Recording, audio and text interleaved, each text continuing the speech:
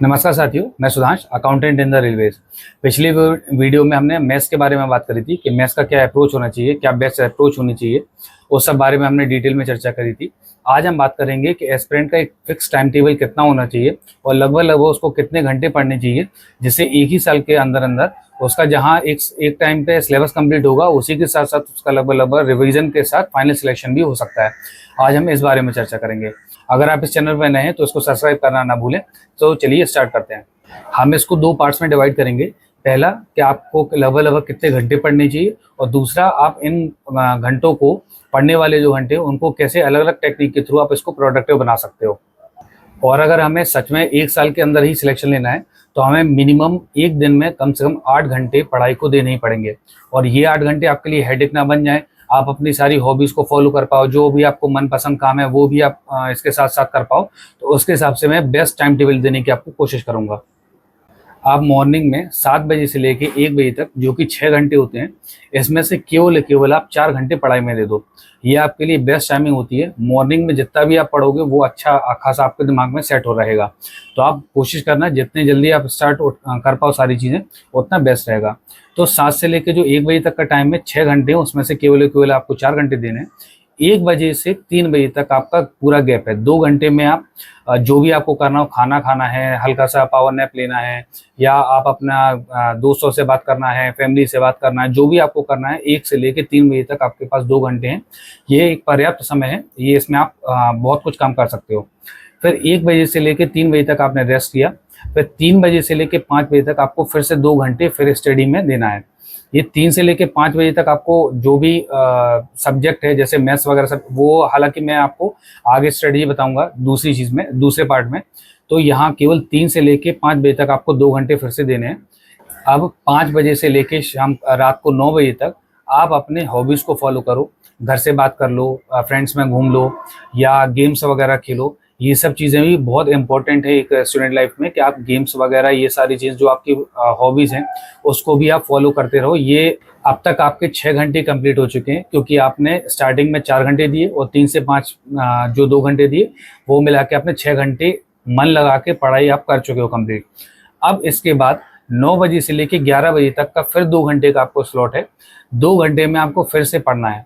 अब तक आपके पूरे, अगर मैं एक दिन में स्टार्टिंग से लेके लास्ट तक काउंट करूँ, तो आपने 7 से 8 घंटे मिनिमम, मैं आपको बता रहा हूँ, ये आपने बहुत अच्छी तरीके से आपने अपनी हॉबीज़ फॉलो करके, गेम्स खेल के, जो घर के काम वगैरह हैं, 5 से 9 बजे तक घर के आप काम कर सकते हो, और घर पे बात कर सकते हो जो भी बाहर स्टूडेंट्स रह रहे हैं, और गेम्स वगैरह खेल सकते हो। जो भी आपको मन पसंदीदा काम है, दोस्तों के साथ घूमना, सारी चीज़ें हैं, वो सब आप बहुत अच्छी तरीके से 5 बजे से 9 बजे तक कंप्लीट कर सकते हो। इस अब मैंने अभी जो आपको टाइम टेबल बताया, जो रात में पढ़ने वाले हैं वो अपने हिसाब से इसको एडजस्ट कर सकते हैं, और साथ ही साथ इसके साथ जो दिन में पढ़ते हैं वो भी अपने हिसाब से थोड़ा बहुत इसको एडजस्ट कर सकते हैं।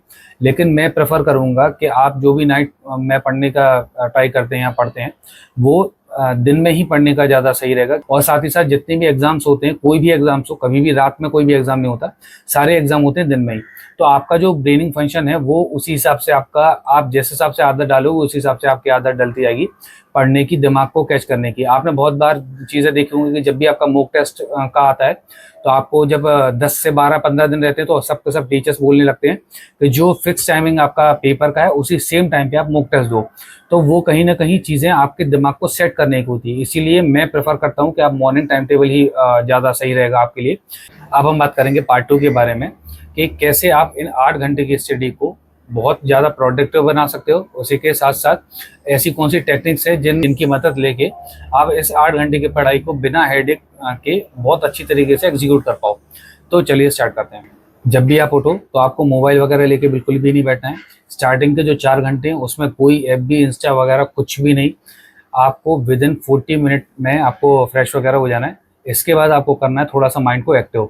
माइंड को एक्टिव करने के लिए आप क्या कर सकते हो, स्ट्रेचिंग, योगा, मेडिटेशन, या कुछ भी आप कर सकते हो। केवल इसमें आपको 20 मिनट देना है।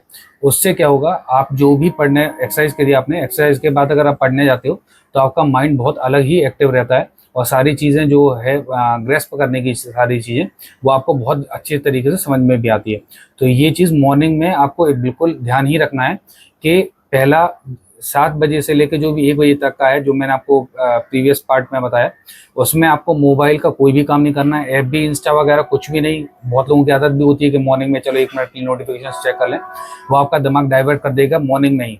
मॉर्निंग का टाइम जितना प्रोडक्टिव रहता है उतना पूरा 1 बजे से लेकर शाम को 9 बजे तक भी अगर आप पढ़ लो तो उतना ज़्यादा एक्टिव नहीं रहेगा। स्टार्टिंग में दिमाग बिल्कुल फ्रेश होता है, आप उसके उतना अच्छा ही, जितना आप टाइम दोगे उतना अच्छा ही आपको उसका रिजल्ट देखने को मिलेगा। मॉर्निंग में आपको जो भी सब्जेक्ट डिफिकल्ट लगता है उसको सबसे पहले आपको उठाना है। उससे क्या है, मॉर्निंग में आपका दिमाग बहुत जल्दी कैच करता है, चीज़ें बहुत जल्दी समझ में आती हैं। इसी के साथ साथ मैं एक और चीज़ इसमें ऐड करना चाहूँगा कि आप मॉर्निंग में जो भी पढ़ो, 1 घंटा आप पढ़ो तो उसके बाद 5 मिनट का आप थोड़ा सा रेस्ट ले लो। उस रेस्ट में आपको क्या करना है, जैसे आप कोई भी आपका स्टडी टेबल होगा, चेयर होगी, तो आपको जस्ट उसके पीछे खड़े होकर हल्का सा स्ट्रेचिंग कर लो। स्ट्रेचिंग करने से आपको बहुत रिलैक्स फील होता है। और इसी के साथ साथ आपको कोई भी एक सब्जेक्ट में 2 घंटे से ज़्यादा नहीं देना है, वरना बहुत बोरिंग हो जाता है ये चीज़। और एक और चीज़ मैं इसमें ऐड करना चाहूँगा कि आपको जो सब्जेक्ट टफ लगता है उसके प्रति आपकी पॉजिटिव अप्रोच होना बहुत ज़रूरी है। आपको रोते हुए नहीं बैठना है कि अरे यार ये तो मुझे आता ही नहीं है सब्जेक्ट, या ये बहुत ज़्यादा डिफिकल्ट है। ये आपको पता है ये डिफिकल्ट है, इसलिए आपने वो मॉर्निंग में उठाया क्योंकि आप उस चीज़ को सीखना चाह रहे हो। दिमाग आपका बिल्कुल मॉर्निंग बहुत अच्छा चलेगा। इस टाइप की अप्रोच आपको लेके ही चलना है, बिल्कुल भी नेगेटिव नहीं होना सब्जेक्ट के प्रति। इतना आप पक्का मान के चलो, अगर आपने उस चीज़ के प्रति या कोई भी सब्जेक्ट है उसके प्रति आपने नेगेटिविटी ऐसे बना के रखी है तो वो आपको सब्जेक्ट पढ़ने में वैसे ही बहुत आलस आएगा और आप उस चीज़ को स्किप करते जाओगे। और स्टार्टिंग में अगर आप स्किप करते चले जाओगे तो ये आगे जाके आपके लिए ही दिक्कत बनेगा। तो हमेशा कोई भी सब्जेक्ट उठाओ, जो भी आपको टफ लगता है उसके प्रति पॉजिटिव अप्रोच बनाना बहुत ज़रूरी है। जो दोपहर का टाइम है 3 से 5 का, उसमें आप कोशिश करना कि आप मूक लगाओ या मैथ्स के क्वेश्चन सॉल्व करो। क्या होता है, जब आप 1 से लेके 3 बजे तक आपने जो गैप दिया हुआ है उसमें आपने खाना खाया हुआ है, तो खाने के बाद अक्सर नींद आती ही है, ये कोई नई बात नहीं है। लेकिन तो इस चीज़ से बचने के लिए आप अगर जीएस वगैरह इस टाइप का कोई भी आप सब्जेक्ट उठा के रखोगे तो आपको नींद बहुत जल्दी ही आएगी। क्यों? क्योंकि उसको आप दिमाग इतना एक्टिव नहीं रखे हो। तो कोशिश करना मैथ्स लगाओ या मूक लगाओ जिससे दिमाग आपका एक्टिव बना रहे और उस टाइम पे आपको नींद आने से बच पाओ आप उस चीज़ से। यदि आपका मोबाइल का कोई भी अभी काम नहीं है तो आप बहुत सारे ऐप्स बहुत आते हैं, उसके थ्रू आप नोटिफिकेशन उसको ऑफ कर सकते हैं जिससे आपको डिस्टर्बेंस बीच बीच में ना आए कि किसका मैसेज आया, किसका इंस्टा पे क्या अपडेट आया। ये सब चीज़ों से आप बहुत अच्छी तरीके से बच सकते हो। बहुत सारे ऐप आते हैं, उसके थ्रू आप ये सब काम कर सकते हो। और जब भी बीच बीच में आपको नींद आए तो आप कोशिश करना कुछ मोटिवेशनल वगैरह जो भी वीडियोस हैं यूट्यूब वगैरह पे हैं वो ज़रूर देखो आप।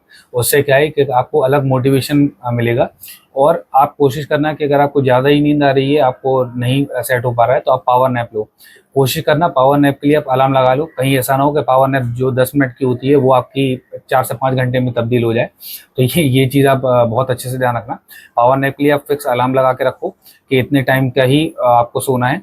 और इसके बीच में अगर थोड़ा बहुत आपको बोरिंग फील हो रहा है तो आप मोटिवेशनल वगैरह कोई भी वीडियोज देख सकते हो जो आपको बनना है, जिसकी तैयारी आप कर रहे हो उसके बारे में मोटिवेशनल जितनी भी वीडियोस हैं बहुत सारी हैं होती हैं, वो आप देखते रहोगे, आपको अलग से एक बूस्ट मिलता रहेगा। आपको अपने रूम में पढ़ाई का माहौल रखना है, जहाँ भी आपके स्टडी टेबल है उसके सामने वर्ल्ड मैप, इंडिया का मैप या जिस भी आप स्टेट की प्रिपरेशन कर रहे हो उसका मैप जरूर लगाओ।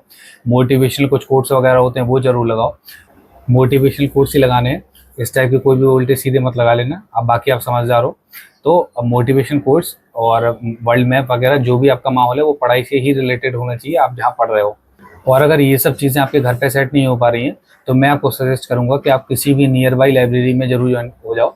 उससे क्या होता है कि लाइब्रेरी में एक अलग सा माहौल होता है, आपको उसी लेवल के या आपसे ऊपर के लेवल के स्टूडेंट्स मिलते हैं, आपका उनसे डिस्कशन होता है और बहुत सारी चीज़ें आपको नई नई सीखने को मिलती हैं। टीचर्स आपको बहुत अच्छी तरीके से पता चलते हैं कि कौन सा कॉन्सेप्ट है, किस टीचर का बहुत अच्छा है। और थोड़े बहुत डिस्कशन से क्या है कि ऐसा होता है, जैसे मैं प्रिपरेशन दिल्ली में किया था तो स्टार्टिंग में मुझे भी बड़ा अजीब सा लगता था, लेकिन कुछ मेरे दोस्त वहाँ अच्छे बन गए और उनकी वजह से ही कहीं ना कहीं मुझे बहुत अच्छा खासा सपोर्ट मिला। लाइब्रेरी ज्वाइन करने से एक ये भी फ़ायदा होता है कि आप बहुत अच्छे तरीके से डिस्कशन करते हो और कहीं ना कहीं आपको बहुत उसका फ़ायदा मिलेगा। आपका सर्किल बहुत अच्छा होना चाहिए पढ़ने वाला। और साथ ही साथ आप स्टडी टेबल पे एक पानी की बोतल जरूर रखो कि आपको अगर मतलब प्यास लगे तो आपको बार बार उस चेयर से उठना ना पड़े। और बी हाइड्रेटेड, उससे क्या इसके साथ साथ एक और चीज़ मैं ऐड करना चाहूँगा कि जो भी आप ब्रेकफास्ट करते हो तो ब्रेकफास्ट बहुत हेल्दी करना, कोशिश करना कि जैसे अगर आप घर पे हो तो उबले चने वगैरह, जूस वगैरह, फल फ्रूट्स वगैरह आप बहुत नॉर्मली खा सकते हो। जब मैं घर पे रहता था तो मेरे मम्मी मेरे टेबल पे ही ला के सारी चीज़ें देती थी, तो वो एक अलग ही अच्छा था सारी चीज़ें। तो कोशिश करना अगर आप घर पे हो तो ये सब उबले चने और हेल्दी फूड्स खाओ, जिससे आपको दिक्कत ना हो कोई भी चीज़ का। और आप सिलेबस पे बहुत फोकस रहो कि आपको एग्ज़ाम में क्या आना है और क्या नहीं आना है। मैं इसके लिए एक चीज़ बताता हूँ आपको। जैसे उत्तर प्रदेश में एक पीटी का एग्ज़ाम होता है पैट का, तो उसमें क्या है, मैंने 2 बार दिया था और मेरे दोनों बार 99.76, एक बार आया था 99.57, इस टाइप का परसेंटाइल आया था दोनों बार। और मैंने केवल और केवल उसके लिए 15 दिन दिए थे। तो अगर केवल ये कह देना कि मैंने 15 दिन में पैट में इतना परसेंटाइल ला देना, ये सरासर बेईमानी है। मैं पहले से ही प्रिपरेशन कर रहा था। लेकिन होता क्या है, जब केवल और केवल 15 दिन आपके पास बचे हो तो मैंने तुरंत क्या किया था, दोनों बार का मैं आपको बता रहा हूँ कि मैंने दोनों बार उसका उसका जो सिलेबस है उसका प्रिंट आउट निकलवा के सामने लगा लिया था अपने स्टडी टेबल के सामने, कि क्या टॉपिक्स मुझे छोड़ने और क्या टॉपिक्स इस एग्जाम में पूछ जाएंगे। उस वजह से मैंने केवल 15 दिन में केवल वही टॉपिक कंप्लीट किए जो उस एग्जाम में आने हैं। उससे क्या हुआ कि मेरा दोनों बार परसेंटाइल ऊपर हो गया। अगर मैं ऐसे ही लगातार ढर्रे में तैयारी करता रहता तो वो कहीं ना कहीं मेरा परसेंटाइल भी उतना हाई नहीं होता और कभी कंप्लीट भी नहीं होती सारी चीज़ें। तो आपको जो अभी हमने पार्ट 1 में आपको बताया कि आपको 8 घंटे देने हैं, वो आपको वीक डेज में रखना है। और जो वीकेंड रहेगा आपका, संडे रहेगा, उसमें आपको मोस्ट इंपॉर्टेंट काम क्या करना है, आपको रिवीजन करना है। मैं रिवीजन बार बार हर एक वीडियो में, आप स्टार्टिंग से लेकर लास्ट तक आप वीडियो देख लो, मैंने हर बार आपको रिवीजन के लिए मस्ट बताया कि रिवीजन अगर आप नहीं करें, आप कितनी भी स्ट्रेटजी देख लो, सारी चीज़ें आप कर लो, आपका रिवीजन अगर नहीं है तो आप किसी भी कीमत में सक्सेस नहीं ले पाओगे। कोई भी एग्ज़ाम, छोटे से छोटा एग्ज़ाम हो चाहे बड़े से बड़ा एग्ज़ाम हो, आजकल लड़के बहुत अच्छी तरीके से मेहनत कर रहे हैं, वो भी बार बार रिवीजन करें। कंपटीशन बहुत हाई है, तो आप इस भूल चूक में मत रहना कि आप बिना रिवीजन किए सारी चीज़ों को कवर करते चले जाओगे और आपका फाइनल सिलेक्शन हो जाएगा। अब मैं बात करना चाहूँगा मैनिफेस्टेशन के बारे में, कि जो भी आप एग्ज़ाम की तैयारी कर रहे हो उससे एग्ज़ाम में आपको क्या पोस्ट बहुत बेहतरीन लगती है, उसके बारे में आप मैनिफेस्टेशन जरूर रखो। आप मैनिफेस्ट जरूर करो उस चीज़ को कि आप इसके बनने के बाद आपको कैसी लाइफ हो जाएगी। जिस चीज़ का जितना वेटेज है उसको आप उतना ही इंपॉर्टेंस दो। उससे क्या है, सिलेबस, ये सारी चीज़ें सिलेबस पर ही डिपेंड करती हैं कि आपको सिलेबस में पता है कि इस टाइप के क्वेश्चंस कितने आने वाले हैं, इस टॉपिक से कितने क्वेश्चंस आते हैं। हालांकि ये थोड़ा बहुत चेंज भी होता रहता है, लेकिन आप इंपॉर्टेंस उतना ज़्यादा वेटेज के हिसाब से ही दो कि लगभग सारी चीज़ें आप जिस हिसाब से अकॉर्डिंग प्रिपरेशन कर रहे हो, ये सब सारी चीज़ें प्रीवियस पेपर पर भी डिपेंड करती हैं। प्रीवियस पेपर को आप थोड़ा सा साथ में लेकर चलो, उस हिसाब से आपको वेटेज पता चलता जाएगा। और जो भी आपको नेक्स्ट डे पढ़ना है उसका पहले से ही टाइम टेबल बना के रखो कि आपको इस दिन, अगले दिन आपको क्या करके रखना है। आप वीकली ज़्यादा प्लान मत बनाओ, लेकिन आपको नेक्स्ट डे का तो मस्ट है कि आप रात को सोने के पहले आप अगले दिन का बना के रखो प्लान कि आपको क्या, किस टॉपिक से क्या क्या पढ़ना और लगभग कितने उसके क्वेश्चन कंप्लीट कर लेने हैं। उससे क्या फ़ायदा होता है, मैं जैसे अगले दिन आप स्टार्ट करोगे, जब आप वो 4-5 टॉपिक होगा उसमें से अगर आपका एक टॉपिक कंप्लीट होता है तो आपको एक अलग कॉन्फिडेंस आता है कि देखो इतना मुझे करना था, उसमें से एक टॉपिक चीज़ें खत्म हो चुकी है मेरे, तो आप उसको काटना। उससे क्या, एक अलग ही कॉन्फिडेंस आता है कि देखो 5 चीज़ें मैंने लिखी थी, उसमें से 4 केवल चीज़ें बची हैं और अभी दिन सारा बचा हुआ है। अब मैंने जो आपको टाइमिंग स्टार्टिंग में बताई थी उसको आप थोड़ा बहुत एडजस्ट भी कर सकते हो। जैसे अगर आपका वो चीज़ें कंप्लीट नहीं हुई हैं तो ज़रूरी नहीं कि पर डे ही आप जो मैंने आपको 5 से 9 का जो टाइम दिया है या 1 से 3 का जो गैप दिया है या 7 बजे से लेके 1 बजे तक जो मैंने आपको 4 घंटे का टाइम दिया, उसमें आप थोड़ा बहुत चेंज करके आपका इतना जरूर रखना चाहिए कि जो आपने सेट बना के रखा है कि 8 घंटे में आपको कितना पढ़ना चाहिए, वो आपका जरूर कंप्लीट होना ही होना चाहिए। उसका थोड़ा सा ऐसा हो सकता है कि आपको कंप्लीट करने के लिए थोड़ा सा जो आपका फ्री टाइम है उसको थोड़ा सा कट करना पड़े, तो वो आपको करना ही पड़ेगा। वो सारी इवेंचुअली 1 साल जब आप देखोगे, 1 साल के बाद आपका बहुत अच्छा कवर हो चुका होगा और सिलेबस कंप्लीट होते होते ही आपका फाइनल सिलेक्शन हो चुका होगा। तो इन सब चीज़ों को आप जितना करोगे उतना ही इम्प्रूवमेंट आएगा और उतना ही आपको फ़ायदा मिलेगा उन सब सारी चीज़ों का। और इसके साथ साथ जब बहुत सारे चीज़ें ऐसी होती हैं कि माइंड जब काम नहीं करता है, आप बिल्कुल बर्न आउट हो चुके हो, तो आप 3 से 4 दिन का प्रॉपर आप रेस्ट ले सकते हो, कहीं आप घूम भी आ सकते हो। उससे क्या है कि दिमाग को बहुत रेस्ट मिलता है, रिलैक्स मिलता है। ऐसा होता है ना कि सेम अगर आपकी लाइफ जा रही हो या आप सेम स्टडी जा रहा हो और आपका प्रॉपर मन भी नहीं लग रहा है, तो उसमें क्या आप डबल टाइम वेस्ट करोगे, क्योंकि आप अगर पढ़ भी रहे हो तो आपको उतना मन नहीं लग रहा है, आप इसके बाद भी उसको जानबूझ के पढ़े, वो चीज़ आपको बचना है। अगर आपको बिल्कुल भी मन नहीं लग रहा है, बहुत फ्रस्ट्रेशन का आप शिकार हो रहे हो, तो उस चीज़ पे आपको 2-3 दिन का प्रॉपर एक अच्छी तरीके से गैप लेना है। कुछ नया ट्राई कर सकते हो आप, जो आपको बिल्कुल पसंद है, केवल वही चीज़ 3-4 दिन में कर डालो, या कहीं आपको घूमने जाना है वो आप चीज़ करो। तो माइंड एक क्या है, माइंड ऐसा मानव अंग है ना, ये तो आप इसको मशीन की तरह अगर यूज़ करोगे तो कहीं ना कहीं ये आपके लिए नुकसानदायक हो। मशीन में भी सारी चीज़ें पुर्जे बदलते रहते हैं, आप माइंड में तो ऐसा नहीं है कि आप माइंड का कोई पुर्जा बदल दो। तो उन सब चीज़ों को आपको माइंड का भी, हेल्थ का भी ध्यान रखना है, इतना एग्जॉस्टेड नहीं होना है। सारी चीज़ों को आपको बैलेंस लेके चलना है कि जिससे आपको 8 घंटे भी पढ़ना है या 10 घंटे भी पढ़ना है या 6 घंटे भी पढ़ना है, आपका माइंड प्रॉपर वर्क करना चाहिए। उस हिसाब से आपको कोई भी चीज़ इतना बोझिल नहीं लगनी चाहिए। और लास्ट में अगर आपको ये वीडियो पसंद आई है तो आप इसको लाइक शेयर सब्सक्राइब कर सकते हैं। और एक और चीज़ मैं आपको बोलना चाहूँगा कि जिस भी आप एग्ज़ाम की प्रिपरेशन कर रहे हो और जो आपको पोस्ट बहुत पसंद है, वो आप ज़रूर कमेंट करें। और इससे रिलेटेड कोई भी आपको डाउट हो तो उसको आप कमेंट सेक्शन में कमेंट कर सकते हैं।